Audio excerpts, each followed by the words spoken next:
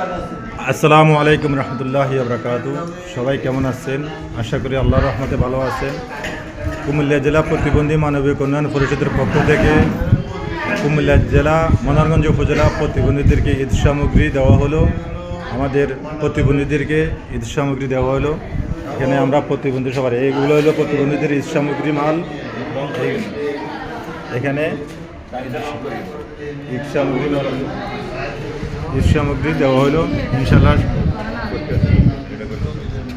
এই দৃষ্টি প্রতিবন্ধী, হ্যাঁ,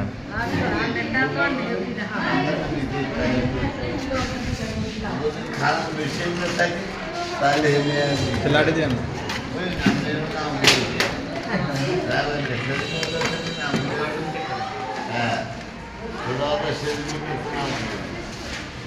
দেখুন এই বাচ্চাটার হলে উনি কত কষ্ট, সকাল 10টা বাজে আছে এখানে বসে দিয়েছে উনি। দেখুন বাচ্চাটার হলো এখানে আসছে, দেখুন।